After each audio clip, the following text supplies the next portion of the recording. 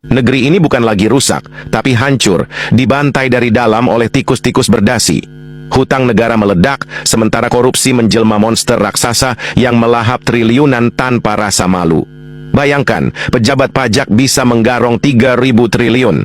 Bukan angka, tapi perampokan massal yang lebih biadab dari penjajahan.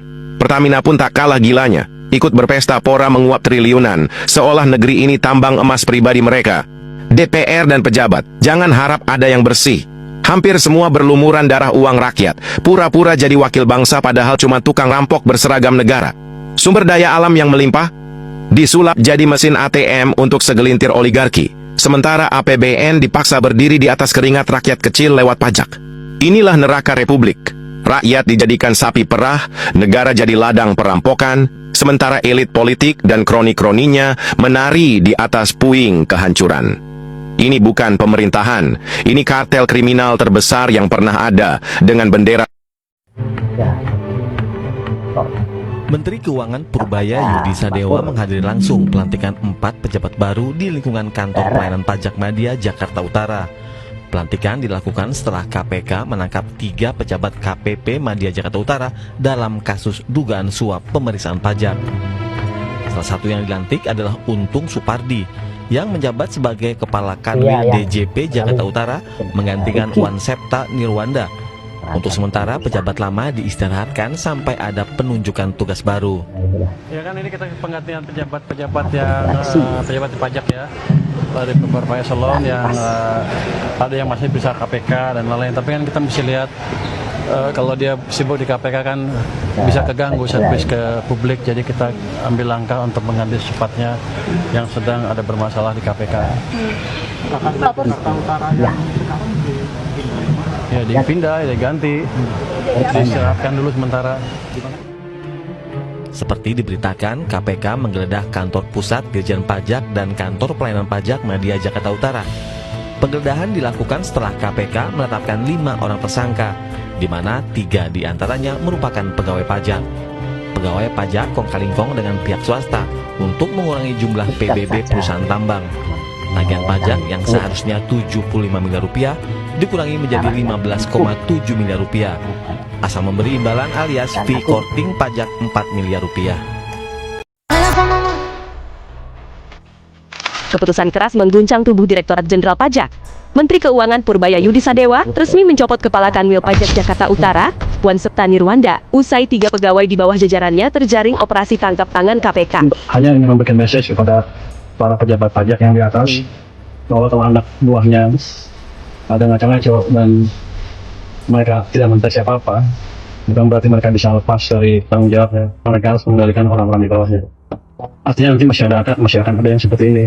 Meski tak terseret langsung dalam kasus tersebut, Purbaya menegaskan bahwa seorang pemimpin tetap memikul tanggung jawab atas pelanggaran yang terjadi di wilayah kerjanya. Langkah pergantian jabatan ini disebut sebagai upaya tegas untuk menjaga kredibilitas institusi perpajakan. Purbaya menekankan bahwa satu pelanggaran saja dapat menggerus kepercayaan publik dan negara tidak boleh tunduk pada praktik-praktik penyimpangan yang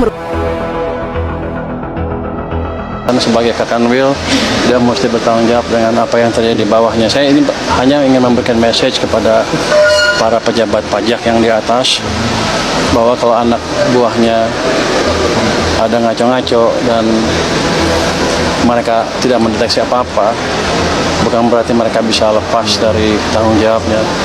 Ini hanya konfirmasi ke para pejabat pajak bahwa mereka harus mengendalikan orang-orang di bawahnya. Kalau saya tanya bawahan, kenapa nggak gerak? Ada backingnya. Siapa backingnya? Diem.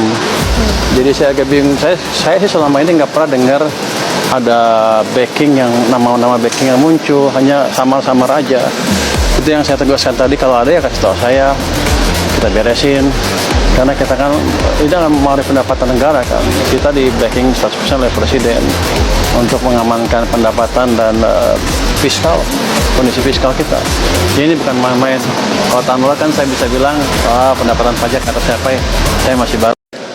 Nah, walaupun dia nggak terlibat langsung, kan sebagai Kakanwil, dia mesti bertanggung jawab dengan apa yang terjadi di bawahnya. Saya ini hanya ingin memberikan message kepada para pejabat pajak yang di atas, bahwa kalau anak buahnya ada ngaco-ngaco dan mereka tidak mendeteksi apa-apa, bukan berarti mereka bisa lepas dari tanggung jawabnya.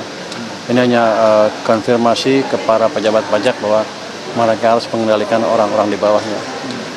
Artinya nanti masih akan ada yang seperti ini. Itu yang saya heran itu gitu. Kalau saya tanya bawahan, kenapa nggak gerak? Ada backingnya. Siapa backingnya? Diem. Jadi saya agak bingung. Saya sih selama ini nggak pernah dengar ada backing yang nama-nama backing yang muncul, hanya samar-samar aja. Itu yang saya tegaskan tadi, kalau ada ya kasih tahu saya, kita beresin. Karena kita kan ini akan mempengaruhi pendapatan negara kan. Kita di backing 100% oleh Presiden untuk mengamankan pendapatan dan fiskal, kondisi fiskal kita. Jadi ini bukan main-main. Kalau tahun lalu kan saya bisa bilang, pendapatan pajak nggak tercapai, saya masih baru.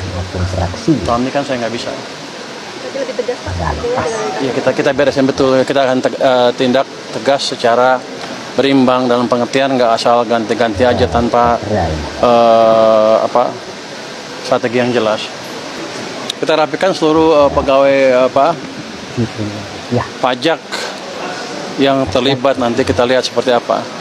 Harusnya sih kalau saya buat seperti ini, setiap ada masalah saya approach, terus yang kalau saya curiga kita ganti dari atas sampai bawah, harusnya akan membaik tuh pendapatan pajak kita. Nah, Anda tahu kan ekonominya seperti apa? Jadi pajak itu nggak bisa lepas dari ekonomi. Kalau ekonomi melambat, pasti pajaknya melambat kan. Kalau Anda lihat kan tax collection to GDP ratio, kan biasanya angka di fix gitu, nggak geser-geser. Kalau GDP-nya turun, tax-nya juga turun kira-kira gitu. Itu perilaku yang ada di sistem kita sampai saat ini. Kecuali saya bisa perbaiki efisiensi pengumpulan pajaknya dengan cara seperti ini dan mempromosikan orang-orang yang betul-betul baik di lingkungan pajak dan bea cukai, kita akan bisa naikkan itu. Tapi kalau ekonominya melambat terus ya nggak bisa. Makanya tahun ini kita pastikan kita coba ekonomi dorong ketemu ke level yang paling lebih cepat lagi.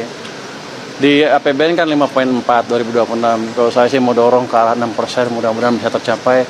Kalau kita sinkron dengan Bank Sentral dan kita perbaiki iklim investasi dan kita rapikan kebocoran-kebocoran termasuk melindungi pasar domestik dari barang-barang ilegal, harusnya kita bisa tumbuh 6% dengan tidak terlalu rumit, tidak terlalu susah di tahun ini. Ex-Dirjen Pajak diperiksa, penyidik temukan gaya hidup fantastis. Ex-Dirjen Pajak Suryo Utomo akhirnya duduk di kursi pemeriksaan Kejaksaan Agung. Nama besar ini bukan sembarang pejabat. Inilah sosok yang dulu memegang kendali penuh atas penerimaan pajak negara, tetapi kini justru diseret dalam dugaan permainan kotor di balik layar. Kasusnya bukan main-main. Penyidik mendalami dugaan kong kali kong antara pejabat pajak dan perusahaan besar yang membuat kewajiban pajak mereka jauh lebih kecil daripada yang seharusnya. Sementara negara rugi, ada pihak yang diduga menikmati keuntungan gelap. Penyidik menyita Alphard dan 2 motor gede, menambah panjang daftar gaya hidup pejabat pajak yang sering terlihat jauh lebih mewah daripada slip gaji negara. Benarkah gaya hidup mewah ini dibiayai oleh permainan pajak? Sementara itu Menko Purbaya memilih kalem. Ia bilang pemerintah menghormati proses hukum, tapi juga mengingatkan bahwa tax amnesty tidak otomatis berarti pelanggaran. Komentar yang justru membuat publik makin penasaran. Kalau tidak ada apa-apa, kenapa harus diperiksa sedalam ini? Lebih dari 40 saksi sudah dipanggil. 5 orang dicekal agar tidak kabur ke luar negeri. Dan satu persatu, lapisan-lapisan permainan pajak era sebelumnya mulai dibongkar. Akankah kasus ini berhenti di level anak buah, atau akhirnya menyentuh lingkaran elit pajak yang selama ini tak tersentuh? Pak, kantor pajak digeledah. Kenapa? Yang kantor pajak digeledah di KPK kemarin. Emang kenapa? Ya mungkin aja ada pelanggaran, ya udah dilihat aja proses hukumnya seperti apa. Oke, makasih. Tapi yang jelas kan ini geledah, periksa. Tapi kan kalau saya ditanya kenapa kamu bilang kamu akan menemani hukum, bahasa Indonesia mendampingi secara hukum, itu kan masih pegawai keuangan sebelum dia diputuskan bersalah di pengadilan, yang masih pegawai keuangan. Jadi kan kita dampingi terus, tapi nggak ada intervensi dalam pengertian saya datang ke mereka stop ini stop itu, nggak ada ya. Sudah ada strategi Pak, cara mencegahnya gimana? Apa? Kejadian seperti ini tidak diulang lagi, mencegahnya strategi. Nanti kita akan evaluasi seperti apa. Yang jelas nanti mungkin pegawai pajak akan dikocok ulang, diputer-puter lah biar ini yang kelihatan terlibat, jangan kita taruh di tempat terpencil atau dirumahkan aja. Nanti kita lihat seperti apa. Itu berarti di rotasi Pak, rotasi Pak, maksud daerah lain. Rotasi habis, tapi kalau nggak bisa, kan ada yang bisa, kalau baik sedikit, terlibat sedikit ya rotasi, tapi kalau udah jahat dirotasi kan nggak ada gunanya. Kita akan sedang nilai itu. Ya. Oke, terima kasih. Ya. Yang saya heran itu gitu, kalau saya tanya bawaan kenapa nggak gerak? Ada backingnya, siapa backingnya? Diem. Jadi saya agak bingung. Saya sih selama ini nggak pernah dengar ada backing yang nama-nama backing yang muncul, hanya samar-samar aja. Itu yang saya tegaskan tadi, kalau ada ya kasih tahu saya, kita beresin, diistirahatkan dulu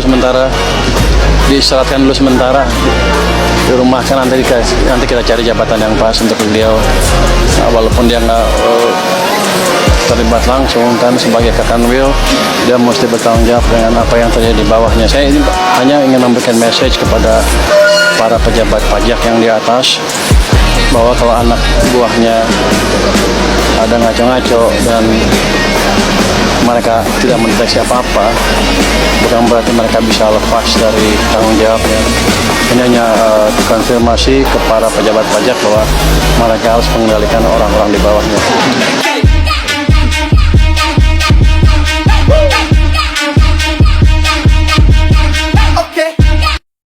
Ya, dari 75 miliar jadi 15 miliar. Berarti ada kebocoran sekitar atau ada bargaining di situ, ya.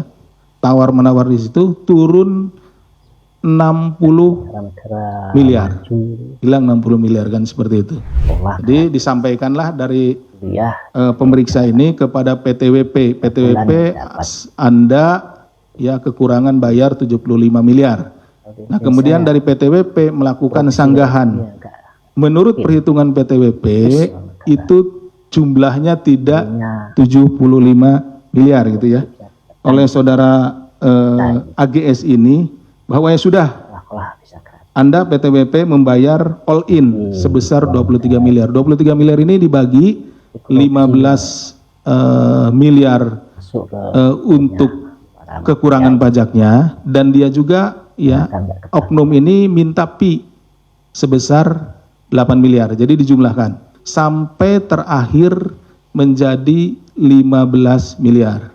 Ya, dari 75 miliar jadi 15 miliar. Berarti ada kebocoran sekitar atau ada bargaining di situ, ya. Tawar-menawar di situ, turun 60 miliar. Hilang 60 miliar kan, seperti itu. Nah, atau sekitar 80% ya.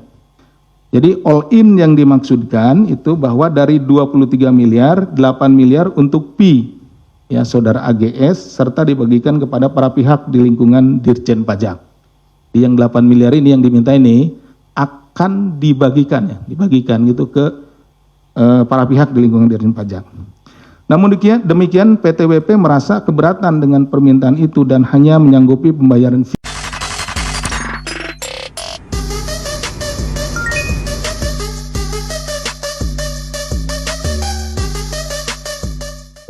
Ya dipindah, diganti, diistirahatkan dulu sementara, kita cari jabatan yang pas untuk beliau. Nah, walaupun dia nggak terlibat langsung kan. Menteri Keuangan Purbaya bicara tegas soal pajak, soal integritas, dan soal tanggung jawab. Meski tidak tertangkap OTT KPK, kepala wilayah tetap dicopot. Kenapa? Karena pemimpin bertanggung jawab. Bukan hanya atas dirinya, tapi juga bawahannya. Purbaya membuka fakta penting. Korupsi tidak terjadi tiba-tiba. Ada tekanannya, ada kesempatannya, lalu dibenarkan. Saat sistem longgar, saat pengawasan lemah, pelanggaran jadi kebiasaan. Pesannya jelas, jabatan bukan perlindungan. Wewenang bukan alasan. Kalau melanggar, sanksinya tegas, tanpa kompromi. Karena uang pajak adalah uang rakyat, dan kepercayaan publik tidak bisa dibeli kembali. Siapapun yang main-main dengan uang negara, saya akan tangani. Tapi rakyat Indonesia harus jaga saya. Jadi teman-teman, lu kemarin lihat lah ya, menteri favorit rakyat Indonesia Purbaya Sadewa itu kemarin itu habis marah nih, dia sewot nih. Ternyata banyak duit bank yang masuknya ke SRBI, dan wajar dia kesel. Kenapa? Karena menurut Purbaya duit yang parkir di Bank Indonesia itu udah tembus 1.000 triliun. di top up lagi sama Purbaya di bulan November 2025 injek lagi 76 triliun guys. Jadi kalau di total itu ada 276 triliun duit kita tuh yang dipindahin sama Purbaya dari bank sentral ke sistem perbankan kita dengan harapan kredit bertumbuh, ekonomi bertumbuh. Dilala memang capcay ini bank-bank himbara ini bang semua. Apa yang terjadi? Ternyata duit yang dikucurkan itu bukannya didistribusikan, dikasih pinjaman ke pengusaha-pengusaha kecil yang ada di Indonesia. Nggak perlu. Nggak usah ekonomi tumbuh, yang penting banker ini tambah kaya raya. Jadi untuk duit sama Purbaya, duitnya malah dibeliin surat utang negara. Brengsek lu semua lu, brengsek lu. Asli. Ujung-ujungnya apa? Profit bro. Dia profit 5,4 triliun. Profit triliunan. Sekejap. Cuman sekejap. Nggak pakai kerja. Dan ini rampok guys, biadab. Sekali lagi gue bilang, kenapa? Lu tahu nggak yang dia beli kan surat utang negara. Negara kita, lu kira kebanyakan duit. Lu tahu nggak kalau banker brengsek itu beli surat utang negara, negara bayar bunganya pakai apa? Pakai apa gue tanya lu? Pakai pajak, pakai duit lu. Kan goblok. Purbaya punya duit 200 triliun. Duit pemerintah kan dari pajak ya. Ditaruh ke banker keparat laknat. Sama banker setan ini apa yang dia lakukan duit? Dibeliin surat utang negara. Jadi negara bayar 2 kali bro.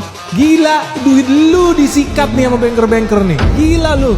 Lu yang disuruh bayar bunga, makanya lu wajib paham apa yang gue ngomongin di sini. Lu wajib share video ini sebanyak-banyaknya supaya lu tahu Prabowo lagi dikerjain nih habis-habisan, dikerjain.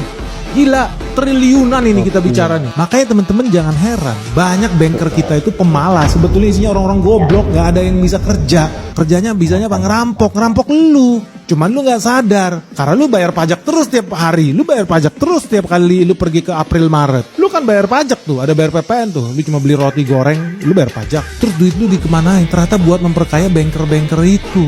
Lu paham nggak sih yang gue mau bilang ini? Sedih gue, bener-bener sedih.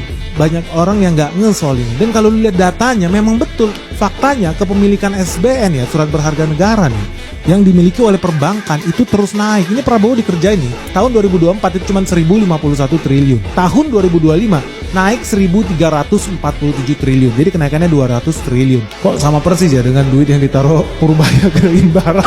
200 triliun. Kan gila, lu bayangin ya. Inilah dari rakyat oleh rakyat untuk rakyat. Kita dikadalin habis-habisan guys. Sadis lu ini. Duit pajak lu dipakai buat menggaji banker itu triliunan. Ngeri. Pegawai pajak kembali terciduk korupsi. Kali ini 3 pejabat sekaligus terjerat operasi tangkap tangan KPK. Mereka adalah Kepala Kantor Pelayanan Pajak Madya Jambu, Budi Iswaryadi, tim penilai Askop Bahtiar, dan Kasih Pengawasan dan Konsultasi Agus Syaifuddin. Ketiganya ditetapkan sebagai tersangka saat sedang bagi-bagi uang suap 4 miliar rupiah pada Jumat 9 Januari 2026. Uang haram itu dari praktik pengembangan pajak yang melibatkan 2 pihak swasta, ABD dan EY dari PT Wanatiara Persada. Diketahui kasus ini berawal dari kekurangan pembayaran pajak bumi dan bangunan PT Wanatiara Persada sebesar 75 miliar rupiah. Perusahaan kemudian melakukan beberapa kali sanggahan karena punya perhitungan yang beda dari KPP Jambu. Alhasil, Agus Syaifuddin menawarkan penurunan tagihan menjadi 15,7 miliar rupiah asalkan ada fee 8 miliar rupiah di awal. Kesepakatan terjadi, nilai pajak resmi turun hingga 80% dari penetapan awal. Sebagian uang suap sebesar 4 miliar rupiah dibayarkan pada Desember 2025 dengan modus kontrak fiktif konsultan pajak. Aliran dana itu disamarkan melalui PT Niogayo Bisnis Konsultan agar terlihat sebagai jasa profesional. Menteri Keuangan Purbaya Yudisadewa sebut kasus ini sebagai shock terapi bagi pegawai pajak dan menegaskan proses hukum harus dihormati. Tapi Kemenq tetap memberikan pendampingan hukum kepada para pegawai yang terseret kasus. Kasus ini